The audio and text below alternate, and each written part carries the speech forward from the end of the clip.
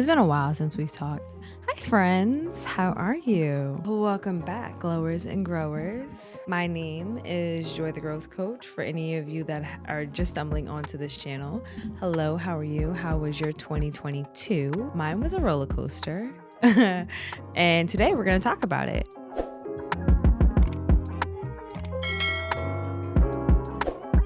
2022 was a year that taught me a lot about myself, the growth in which I needed, the inner work that needed to still be completed, and opening up my eyes to newer possibilities. And today I want to share some 5 lessons that I learned in 2022, and I'm going to be taking into 2023 as well, and just give you some insight to what you might need to do some deep thinking about. What did you learn in 2022 and what can be taking into 2023?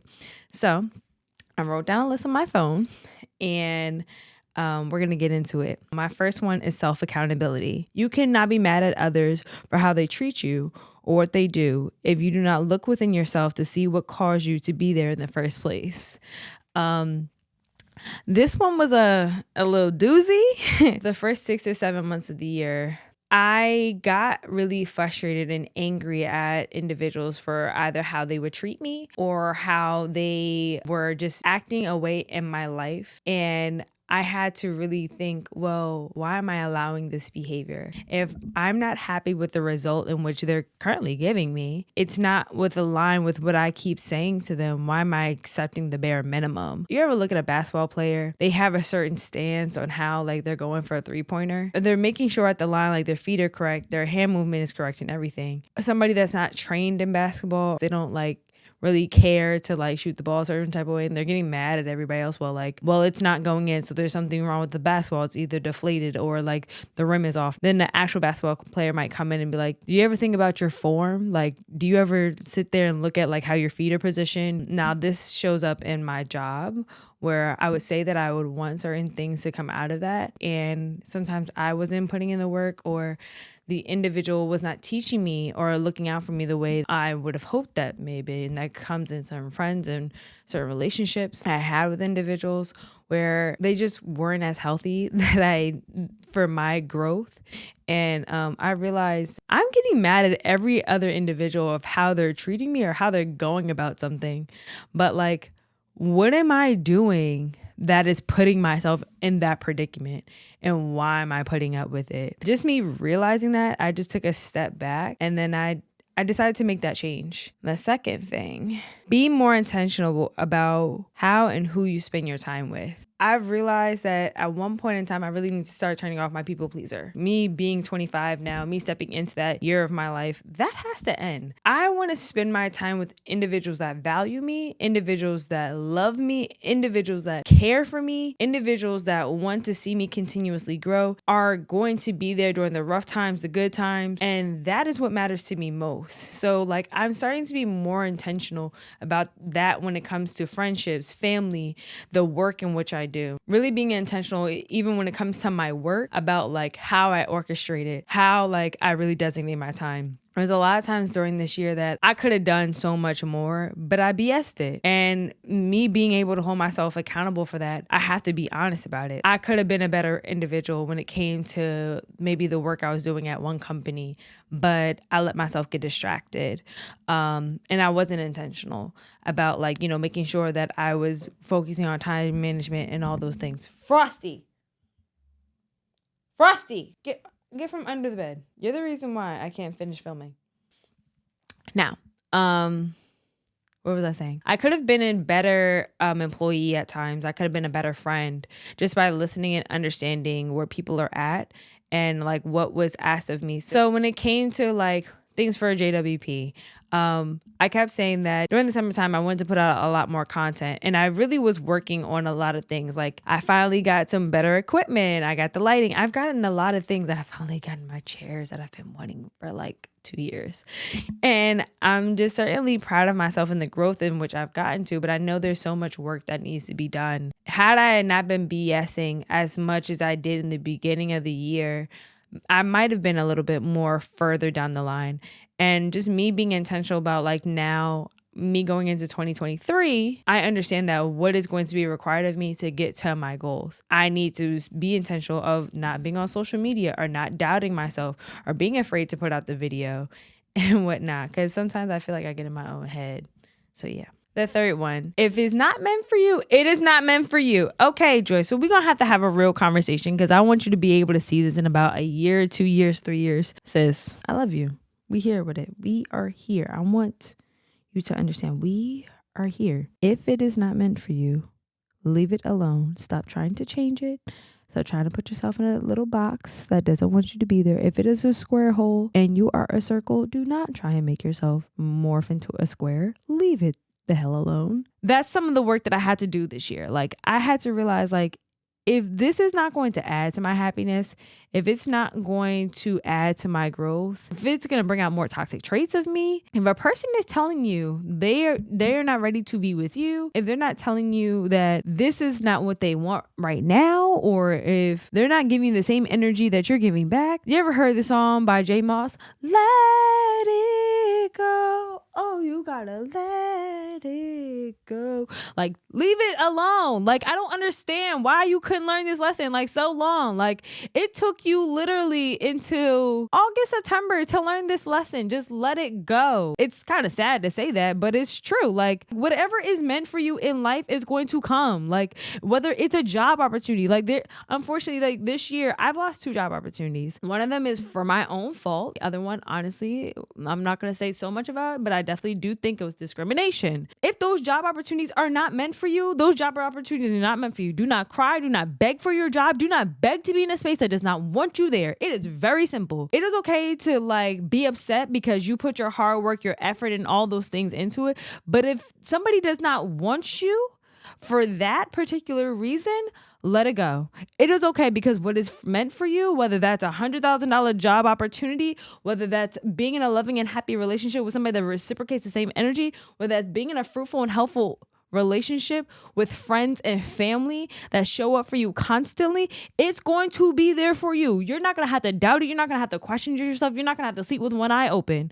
You are going to have somebody that is going to be there for you, and you're going to always constantly be there for yourself. So if it was meant for you, it is meant for you. It's very simple like that. Please.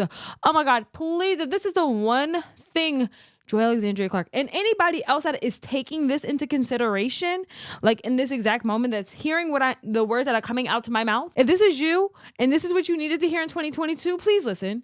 Like, if it is not meant for you, it is not meant for you. Be okay with that. Be okay with that and let it go. Like, don't be upset. Don't be mad. Just like chuck it off the shoulder.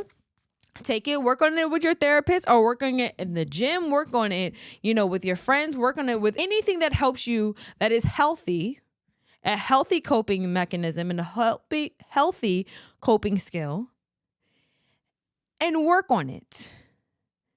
Because I'm telling you, you will thank me in the long run.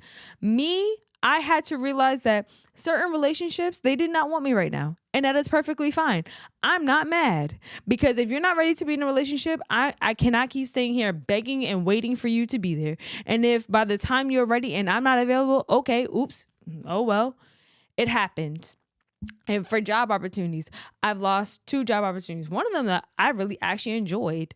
Well, I enjoyed both of them. Let's really be truthfully honest. So for me to have let go, like, it is what it is. Like, but I am not going to beg somebody to constantly want me to be there. Like, that's not what I'm about to do. You know my capabilities. You know my worth. If you can't see my worth and I can only see my worth, cool. That means you are not meant for me and I'm not meant for you. And that is that. Sorry for my rant, but yeah, that was a lesson I had to learn the hard way. The next one is really, really special to me because how I look at life is a little different because of this one. It is, your friendships are the blueprint towards a healthy relationship with yourself and your future partner. I went into the year being intentional of saying that I wanted a relationship. My friends, my family, and I even said to past significant others, like, if it's not meant for us to be right now, it's not meant for us to be. But like, if it is, like, we'll work on ourselves individually. And then if it's meant for us to get back into a relationship, it will happen. If not, I'm perfectly okay.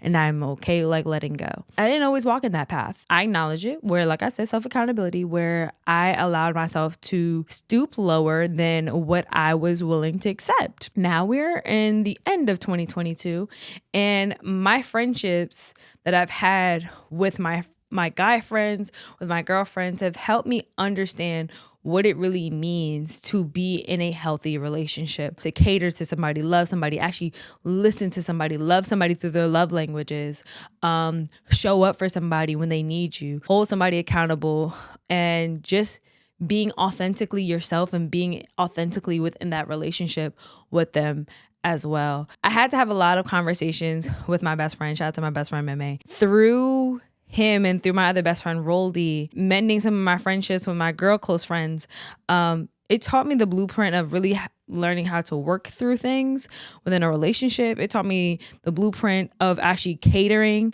to your friends and showing up for them when you need them. Now when I'm ready to have that future partner, I know more about what I can bring to a table, and I'm confident in that because they helped me. And they knew like my ultimate goal was to be in a relationship. So I never had to really like worry about that. It's just sometimes I need a little bit of fine tuning. Shout out to my friends for being that fake partner at times, because they helped me understand what does it mean to show up for somebody, and as well as show up for yourself. And what I mean by showing up for myself is, for the first time in God knows how long, I've been consistently going to the gym for about 4 or 5 months, taking better care of myself, cooking, well, semi-cooking, because I still got my mama to cook for me, but like caring about what I put in my body, caring about how I eat, caring about how I sleep, really focusing a lot more on self-care and self-happiness and self-preservation, and having those friends to tell you like preserve that energy for somebody that deserves it, and really understanding that. So yeah. In the last one, continue to be open-minded to new possibilities. This year has been really eye-opening in the aspect of me just understanding what I want and how I want to do things. But then also, in order for me to do those things, I have to step out of that, box that I have myself in. I feel like not as a life coach, not as a wellness practitioner, or just as a Black person individual, I feel like I've sometimes confined myself to being one particular type of way. There's so many different layers to me and multitudes to me. If I was going to be a better life coach, the only way I can be a life coach was to be what I preach. So if I'm telling somebody I need to go to the gym, or you need to go to the gym 3 to 5 times out of the week to better your health, I can't tell somebody not to do that and then not be in the gym myself. I can't say that I want to have a better body and things like that, and I'm not willing to try different new food. I can't tell somebody that what they're doing possibly wrong to not get into a relationship if I'm not doing it myself. This summer, I'm telling you, I did a lot of self-reflection with a lot of my friends, and sometimes they had to tell me about myself. So understanding these new possibilities and these new revelations since the summer, I've changed a lot of who I am. I want that growth to continue to keep going on into 2023 and even on for the rest of my life, because I'm going to always be changing. Growth in life is an everlasting change. Like, you're never going to be the same as how you were yesterday, because there's going to be new experiences that happen every day. And it's how you handle those experiences are what are going to propel you into your next, opportunity. I knew I had a growth mindset, but I didn't know, I allowed my fears to take over sometimes my growth mindset. Once I stopped allowing fear and judgment to really take heed on what I wanted to do, I really got to step into the life coach that I wanted to be. And I'm super excited to do certain things for 2023 and moving forward. These new opportunities really has come with the growth of just changing my mind and how I see the world. So yeah, that's my 5 things that I've learned, for the past year. I got to give a shout out to everybody that stepped into this circle and helped me. Shout out to Liv, my producer, that's going to start. We got some things cooking up for next year. Shout out to my editor that's going to be editing this video. Eric, thank you so much for joining the JWB team. I'm forever grateful for you, if I don't tell you that enough. Shout out to all my friends that have, been along this journey with me to help me be a better individual, because I would not be sitting here if it wasn't for you. Shout out to my mother, even though I probably don't say it enough to her, in person, but I'm going to say here, but she probably will never watch this, but thank you, Mom, for, always believing in me, trusting me, being a part of my new opportunity, because I started grad school this year, and you entrusting me and saying, look, if you want to stay home for another 2 years, even though I'm pretty sure she wants to kick me out, she hold it down. She hold it down for me. So thank you. Shout out to my family for always supporting in my dreams and my visions and my goals. I am no one without you guys. So thank you, everybody that has been a part of my life in 2022 and even the past 25 years. I've learned so much from each and every one of you, the good, the bad, the happy, the sad. I would not be here without you. So thanks. And tune into next time, because I'm always have a banger for you. Till then, grow, glow, and just be a better human being.